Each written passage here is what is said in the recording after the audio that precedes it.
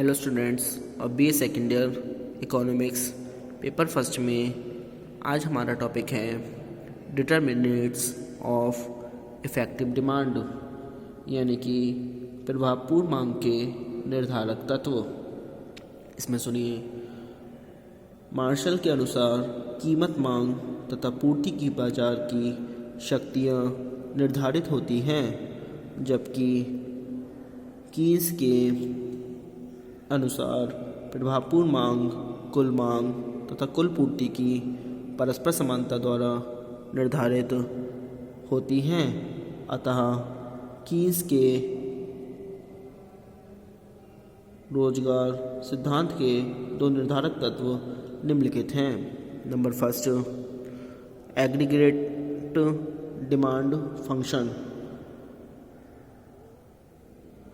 इसमें सुनिए, यानी कि कुल मांग क्रिया या फलन एक अर्थव्यवस्था में वस्तुओं और सेवाओं की संपूर्ण मांग को ही कुल मांग या प्रभावपूर्ण मांग कहते हैं।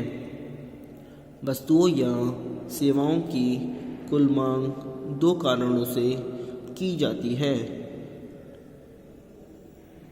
नंबर आ है उपभोग के लिए एवं नंबर वह है विनियोग के लिए।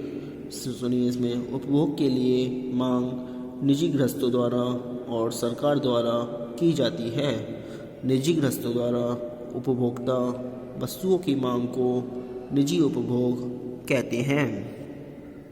इसी प्रकार सरकार द्वारा सार्वजनिक वस्तुओं की पूर्ति हेतु अनेक वस्तुओं और सेवाओं जैसे सीमेंट, लोहा, बैंकिंग, यातायात, मनोरंजन आदि की मांग की जाती है, जिसे सार्वजनिक उपभोग पब्लिक कंजम्पशन कहते हैं।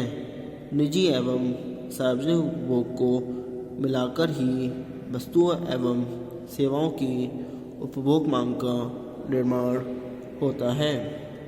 कुल मांग का दूसरा महत्वपूर्ण अंग विनियोग की मांग अर्थात पूंजीगत वस्तुओं की मांग है।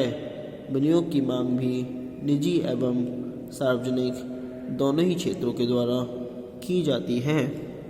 निजी एवं सार्वजनिक विनियोग को मिलाकर अर्थव्यवस्था की कुल विनियोग के लिए मांग प्राप्त होती है। इस प्रकार अर्थव्यवस्था की कुल उपभोग मांग यानी कि सी तथा विनियोग आई का योग ही कुल मांग या सामूहिक मांग कहलाती है। अर्थात कुल मांग बराबर उपभोग मांग ब्रैकेट में सी प्लस विनियोग मांग ब्रैकेट में आई। अब सुनिए आगे, जब गृहस्थों व सरकार द्वारा वस्तुओं या सेवाओं की मांग की जाती है तो वे इन पर मुद्रा व्यय करते हैं। अतः दूसरे रूप में कुल मांग को कुल व्यय के रूप में भी व्यक्त किया जा सकता है। अर्थात कुल मांग बराबर कुल व्यय बराबर उपभोग व्यय प्लस विनियोग व्यय। इसका अभिप्राय यह है कि कुल उपभोग तथा कुल विनियोग में वृद्धि अथवा कमी करके कुल मांग में भी वृद्धि या कमी की जा सकती है। कुल मांग को एक दूसरे दृष्टिकोण से भी आंका जा सकता है। हम जानते हैं कि एक व्यक्ति का व्यय ही दूसरे व्यक्ति की आय बन जाती है। इसके आधार पर यह कहा जा सकता है कि एक अर्थव्यवस्था का कुल व्यय अर्थव्यवस्था की कुल आय को व्यक्त करता है। अर्थात कुल व्यय से उन फर्मों को आय प्राप्त होती है जो कि वस्तुओं व सेवाओं की पूर्ति करती है। इस प्रकार अर्थव्यवस्था के कुल व्यय को फर्मों की आय के रूप में भी प्रकट किया जा सकता है। उपयुक्त आधार पर कुल मांग अथवा कुल व्यय सभी फर्मों की प्राप्तियों की वह राशि है जो वे अपने उत्पाद को, जो कि उन्होंने निर्दिष्ट श्रमिकों की सहायता से उत्पन्न किया है, बेचकर प्राप्त करने की आशा करते हैं। यदि फर्में अधिक आय प्राप्त करने की आशा करती है तो निश्चित रूप से उन्हें अधिक व्यक्तियों को रोजगार प्रदान करने, उत्पादन में वृद्धि करनी होगी। इस प्रकार रोजगार के विभिन्न स्तरों पर उत्पादित वस्तुओं की बिक्री से प्रत्याशित मौद्रिक आय की अनुसूची को कुल मांग फलन कहते हैं। दूसरे शब्दों में कुल मांग अथवा कुल व्यय अथवा कुल आय रोजगार के स्तर के अनुरूप घटती बढ़ती है। अब आती है एग्रीगेट डिमांड शेड्यूल यानी कि कुल मांग अनुसूची। इसमें सुनिए, अब हम उदाहरण के लिए रोजगार के विभिन्न स्तरों तथा उन पर उत्पाद की बिक्री से प्राप्त आय की एक अनुसूची तैयार करेंगे, जिसे कुल मांग अनुसूची अथवा कुल मांग फलन कहते हैं। जैसे नीचे सारणी में दर्शाया गया है। ये सारणी नंबर 1 यानी कि कुल मांग अनुसूची। इसमें इधर है रोजगार का स्तर N यानी कि लेवल ऑफ एम्प्लॉयमेंट, इसमें करोड़ व्यक्तियों में रखा है। इधर है प्रत्याशित बिक्री आय या कुल मांग ब्रैकेट में AD यानी कि एग्रीगेट डिमांड शेड्यूल बोलते हैं इसको, ब्रैकेट में एक्सपेक्टेड सेल प्रोसीड और एग्रीगेट डिमांड रुपये करोड़ में इसमें रखे हैं 0, 1, 2, 3, 4, 5, 6। इसमें मतलब 0 में 30, 1 में 50, 2 में 60, 3 में 70, 4 में 80, 5 में 90, 6 में 95। उपयुक्त अनुसूची से स्पष्ट है कि जब रोजगार की मात्रा 0 है तो भी कुल मांग 30 करोड़ रुपए है।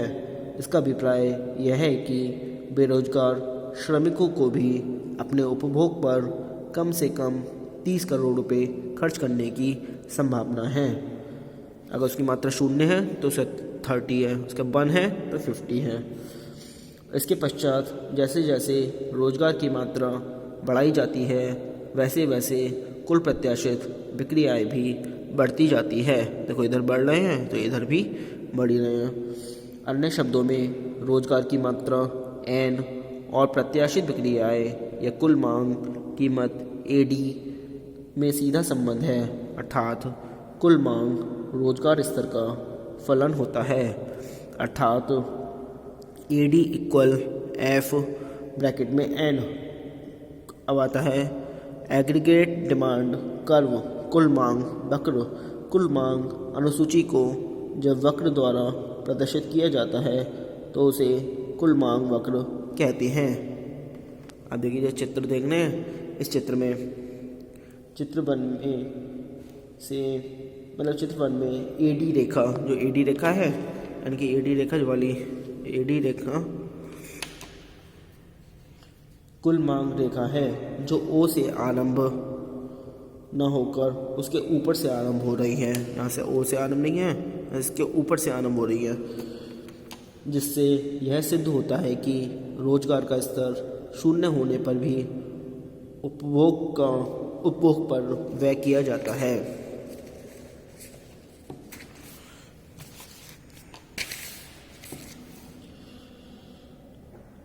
कुल मांग रेखा का ढलान नीचे से ऊपर की ओर दाईं ओर उठता हुआ है, जो यह सिद्ध करता है कि रोजगार बढ़ने के साथ साथ कुल मांग अर्थात प्रत्याशित बिक्री आय भी बढ़ रही है। संक्षेप में अर्थव्यवस्था में किए गए कुल उपभोग व्यय और विनियोग व्यय के योग को ही कुल मांग कहते हैं। एक व्यक्ति का व्यय दूसरे व्यक्ति की आय होती है, अतः एक अर्थव्यवस्था का कुल व्यय अर्थव्यवस्था की कुल आय को व्यक्त करता है। अर्थात कुल व्यय से उन फर्मों को आय प्राप्त होती है जो कि वस्तुओं और सेवाओं की पूर्ति करते हैं। अतः कुल मांग वह प्रत्याशित बिक्री से प्राप्त आय है जो फर्म निर्दिष्ट श्रमिकों द्वारा उत्पादित वस्तु के विक्रय से प्राप्त होने की आशा करती है। रोजगार के विभिन्न स्तरों पर उत्पादन की बिक्री से प्राप्त संभावित आय की अनुसूची को मांग अनुसूची या मांग फलन कहते हैं। जैसे जैसे रोजगार की मात्रा बढ़ाई जाती है वैसे वैसे प्रत्याशित बिक्री आय की राशि भी बढ़ती जाती है, अर्थात AD इक्वल F ब्रैकेट में N। अब नंबर सेकंड आता है एग्रीगेट सप्लाई फंक्शन, यानी कि कुल पूर्ति क्रिया या फलन।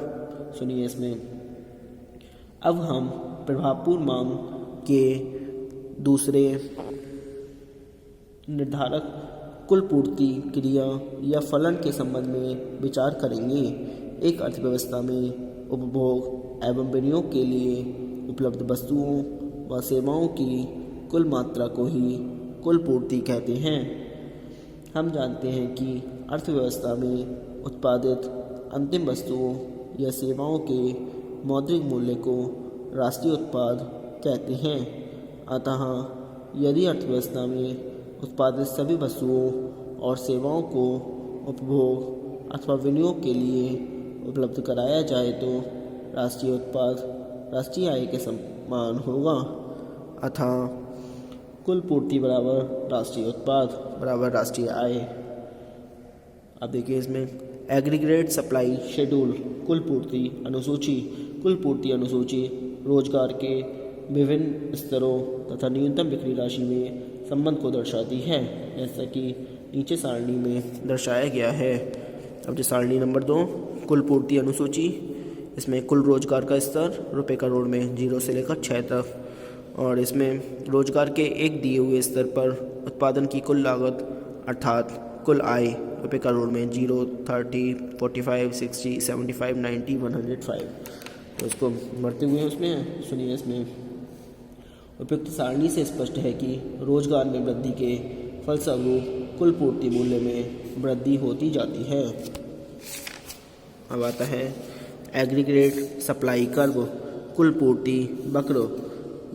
इसमें जो चित्र देख रहे हैं, जब कुल पूर्ति अनुसूची को रेखांकित द्वारा व्यक्त किया जाता है तो उसे कुल पूर्ति वक्र कहते हैं। चित्र में एक्स अक्ष पर उद्यमियों द्वारा प्रस्तुत किए गए रोजगार के विभिन्न स्तरों को दर्शाया गया है और वाई अक्ष पर रोजगार के विभिन्न स्तरों से प्राप्त संभावित आय को लिया गया है। कुल पूर्ति कीमत का रोजगार के स्तर से धनात्मक संबंध है। जब अर्थव्यवस्था पूर्ण रोजगार के स्तर को प्राप्त कर लेती है, रेखा चित्र में यह स्थिति n बिंदु द्वारा दर्शाई गई है, तो कुल पूर्ति फलन पूर्तियाँ लोचहीन बन जाता है, क्योंकि पूर्ण रोजगार के स्तर को प्राप्त कर लेने के पश्चात उत्पादन में वृद्धि की कोई संभावना नहीं रह जाती। आज के लिए इतना ही। Thank you very much.